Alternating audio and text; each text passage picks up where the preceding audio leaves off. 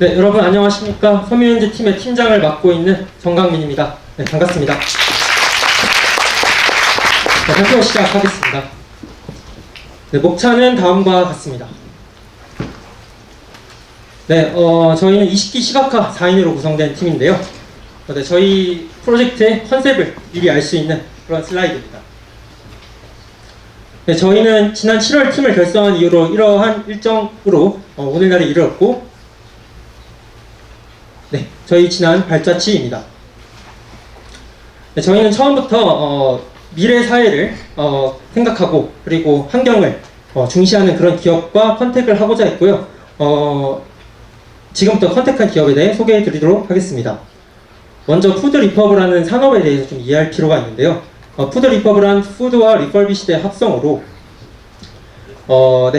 품질은 크게 문제가 없습니다만 외형으로 인하여 상품성이 떨어지는 B급 농산물을 활용하여 훌륭한 상품으로 재탄생시키는 것을 의미합니다.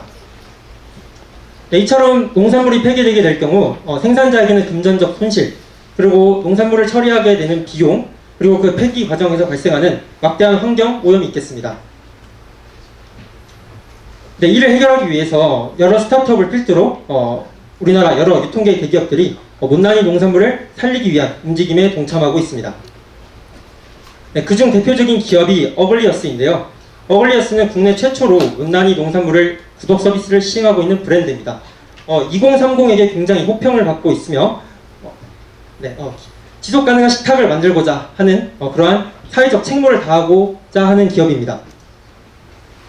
네, 주요 서비스로는 구독형 서비스에 해당하는 채소박스 정기 배송, 그리고 단일 친환경 제품 구매를 위한 창구인 싱싱마켓, 그리고 요리, 레시피 등을 공유할 수 있는 커뮤니티가 있습니다. 네, 저희는 컨택 이전에 산업 전반에 대한 이해와 그리고 기업에 대한 철저히 조사를 마친 이후 협업을 제안했고요. 이와 같이 당시의 협업 제안서 일부를 첨부했습니다. 네, 지금부터 본격적으로 저희가 진행한 프로젝트에 대해 설명드리겠습니다. 먼저 태블로를 활용한 데이터로 보는 2023 어글리어스입니다. 저희는 최초에 비즈니스 대시보드를 제작하고자 했는데요. 이미 기업에서 GA와 앰플리튜드 같은 툴을 활용해서 그런 지표들, KPI들을 모니터링하고 있었고요. 그래서 오히려 기업 측에서는 저희에게 특정 시점에 대시보드를 제작해 줄 수 있느냐, 이런 식으로 제안을 했습니다. 이에 저희는 역제안을 하여 저희가 제작한 대시보드, 홍보성 대시보드를 제작해 드리면 이를 기업의 홈페이지에 인베드하는 형식으로 고객과 소통할 수 있는 창구를 만들어 보는 것이 어떠냐라고 제안 드리게 되었습니다. 네, 저희가 사용한 데이터입니다. 네, 저희는 데이터에 대한 이해도를 높이고자 우선적으로 이렇게 데이터베이스 스키마를 그리고 분석을 시작했습니다. 네, 저희 대시보드를 한눈에 정리해둔 페이지고요. 네, 기업의 데이터 중 일부는 지금부터 대시보드를 소개해 드릴 텐데, 데이터의 일부는 기업의 마스킹 요청으로 인하여 마스킹 요청이 되어 있는 점 양해 부탁드리겠습니다. 네, 먼저 표지 대시보드인데요. 저희가 이후에 나오겠지만 저희는 감성 분석을 실시했는데요. 해당 센티멘트 스코어 기준으로 상위 700개의 리뷰를 저렇게 로고를 마우스 오버 하시게 되면 레이팅과 리뷰를 확인하실 수 있습니다. 네, 다음으로 미션 대시보드인데요. 아무래도 이런 식으로 환경에 기여한 정량적 지표는 기존의 고객들에게 녹색 소비에 대한 만족감과 그리고 미래의 고객들에게, 잠재적 고객들에게는 호기심을 자극할 수 있는 좋은 수단이라고 생각했습니다. 네, 다음으로는 고객 분석 대시보드인데요. 상단의 차트는 기업의 성장세를 나타내는 차트들이고, 하단의 차트는 어글리어스의 주요 타겟층이 어떠한지에 대한 차트입니다.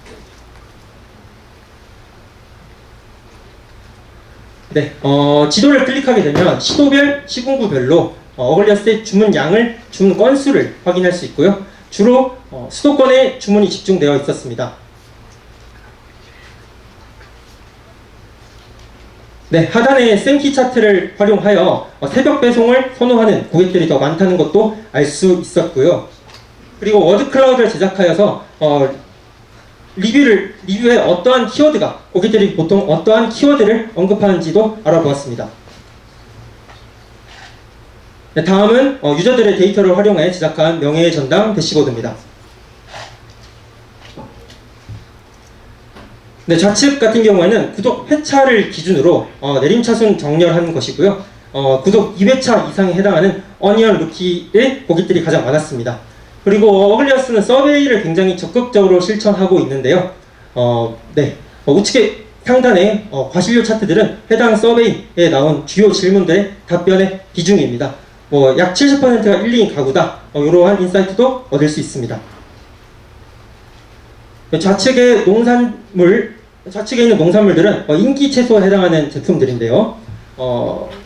좌측의 농산물의 이미지를 직접 클릭하게 될 경우에는 해당 농산물이 생산되는 생산지를 확인할 수 있으며, 우측의 생산지 지도를 클릭하게 될 경우에는 좌측에 나와 있지 않는 채소들을 포함하여 저런 식으로 다양한 채소들의 생산지를 확인할 수 있게 됩니다.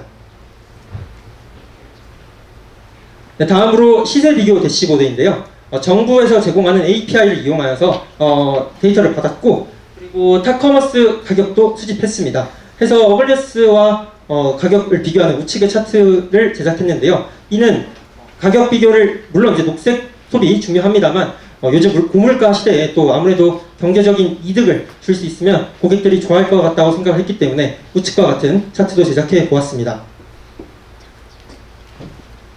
네, 어글리어스는 주차별로 채소 박스가 품목 구성이 기후 그리고 작황 상태에 따라서 변경됩니다.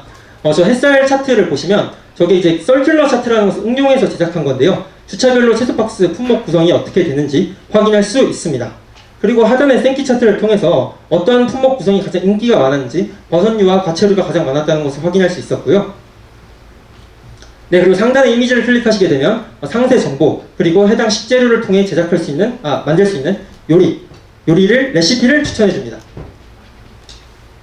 네, 그리고 해당 레시피에 대한 정보가 좀 더 궁금하다고 한다면 저기 위에 있는 깃발 클릭해 주시면 이와 같이 아까 보셨던 커뮤니티 홈페이지에 연결되게 됩니다.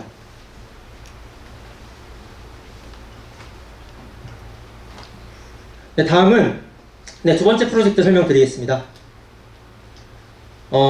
기업의 리뷰 데이터가 꽤 오랫동안 방치되어 있었기 때문에 충분한 데이터가 있음에도 불구하고 이를 사용하지 않고 있었습니다. 따라서 저희가 이를 활용하여 트렌드 리포트를 제작해보자 라는 결론에 이르게 되었습니다.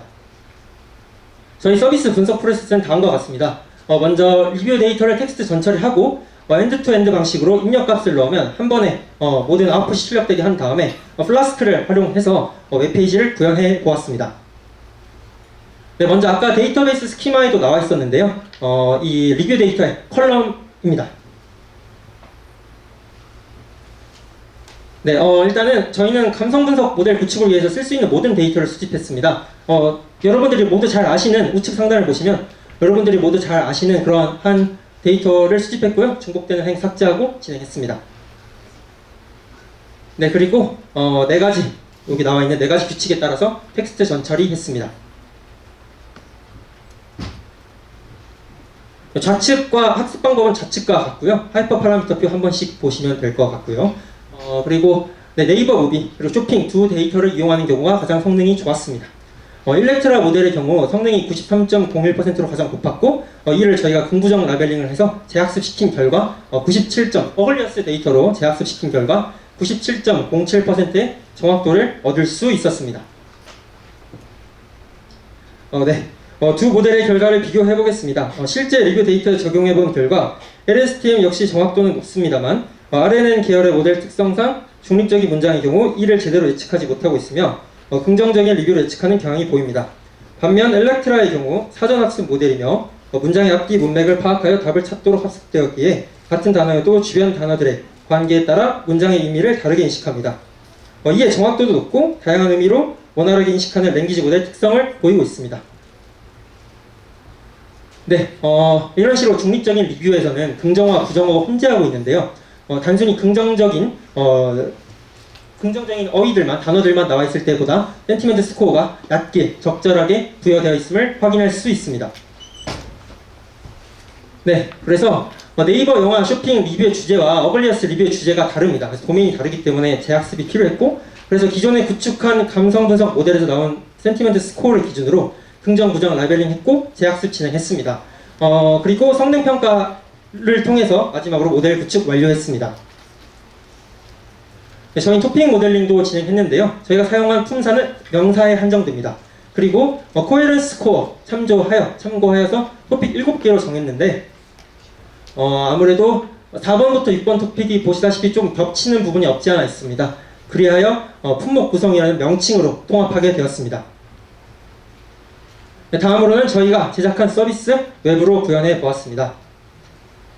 네, 저희는 개발자가 없어서 어떻게 할지 고민을 하다가 파이썬 웹 프레임워크인 플라스크를 활용하게 되었고요. 네, 워크플로우는 다음과 같습니다.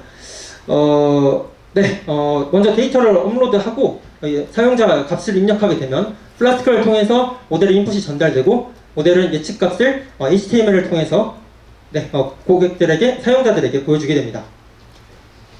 네, 먼저 메인 페이지입니다. 파일을 업로드할 수 있으며 리포트 타입을 설정할 수 있고 그리고 시작일과 종료일을 설정할 수 있습니다.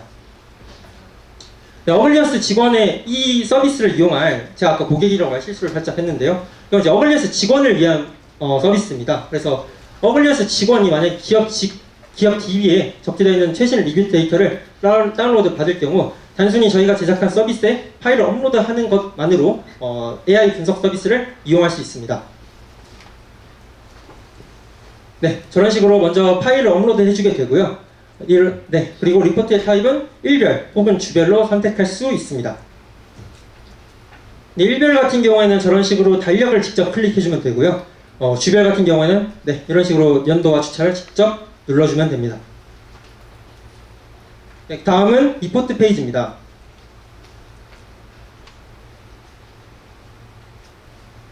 네, 좌측 상단에는 분석 시작일 그리고 종료일이 출력되게 되고요. 그 다음 분석 결과는 리뷰 수, 그리고 해당 입력 기간의 평균 감성 점수, 그리고 긍정 리뷰의 비율, 그리고 해당 입력 기간의 편차, 그리고 평가가 출력되게 됩니다.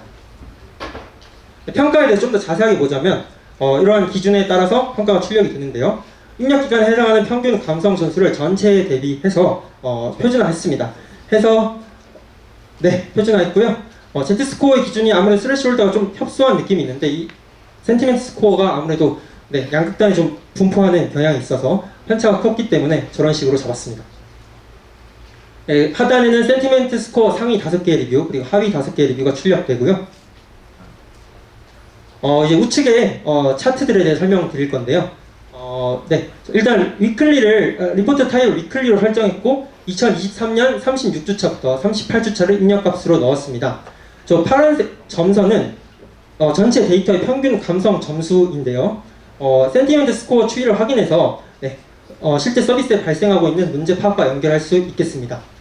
그리고 LDA 토픽 모델링을 실시했는데 리뷰들을 토픽별로 묶고 해당 기간 동안 토픽별 감성 지수 그리고 변화량을 통해 직관적으로 현황 파악이 가능한 서비스를 구현했습니다. 네, 두 번째 차트는 저기 나온 토픽 스코어라는 용어는 제가 직접 만든 건데요. 분자 부분을 보시면 긍정 리뷰 개수 빼기 부정 리뷰 곱하기 13.5를 해주고 있는데 저런 가중치를 곱해준 이유는 긍정으로 분류된 라벨이 13.5배 정도 많았기 때문에 이를 조정해주는 상수 역할을 하기 위해서 저렇게 넣어주었고요. 그래서 평균 비율을 보여주는 것입니다.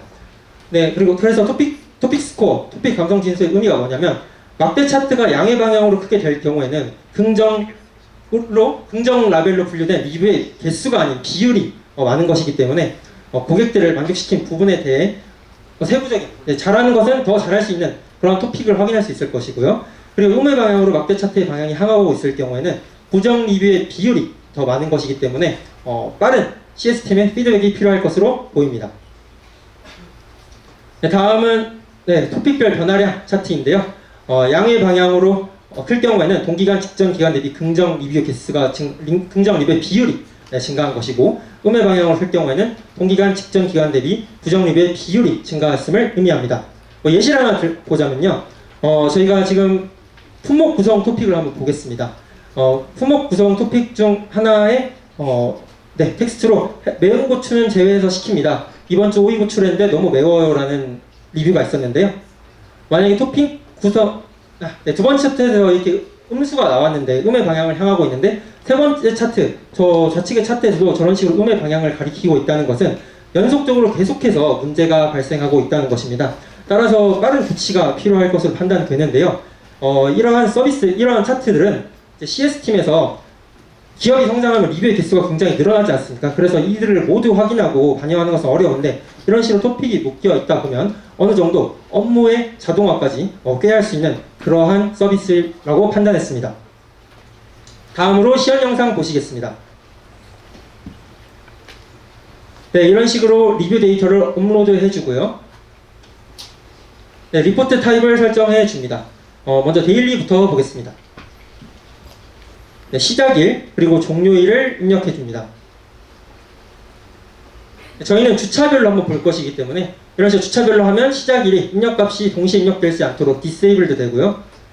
네, 그래서 시작 연도와 시작 주 그리고 종료 연도와 종료 주까지 입력되게 됩니다. 네, 기능 소개는 앞서 말씀드렸고 한 5분 정도 모델이 돌아가는 시간이 걸립니다. 그래서 댓글에 길이가 굉장히 길 수도 있기 때문에 저런 식으로 스크롤 기능 추가했고요. 그리고 CSS에도 플렉스 넣었기 때문에 화면이 웹페이지의 비율이 혹은 화면의 비율이나 웹페이지의 비율에 따라서 또 가독성이 떨어지지 않게 구성했고요. 우측의 박스는 처음 설명드리는데 차트의 가이드라인입니다. 네, 다음은 기대 효과인데요. 네, 먼저 기업에서 기존의 태블로를 활용하고 있었는데 이에 대한 활용도가 낮아서 해지했었습니다. 그러나 저희가 제작한 대시보드를 통해서 활용 방향을 제시했고요. 또 데이터 갱신 시 매년 재사용이 가능하다는 장점이 있습니다. 그리고 별도의 코딩 없이 마케팅 CS팀이 최신 리뷰 데이터를 업로드하는 것만으로 자연 기반 AI 분석 서비스를 사용할 수 있다는 장점이 있고요. 그리고 이것은 미팅 결과에서 나온 좋은 소식인데 사내 백엔드 개발자께서 저희 서비스를 기업에서 운영하고 있는 AWS 서버에 연결한 후 향후 기업 전략 수립 혹은 피드백 과정의 실무에서 적극적으로 사용하실 것이라고 말씀해 주셨습니다. 네, 저희 소감이고요. 네, 이상으로 발표 마치겠습니다. 경청해 주셔서 감사합니다.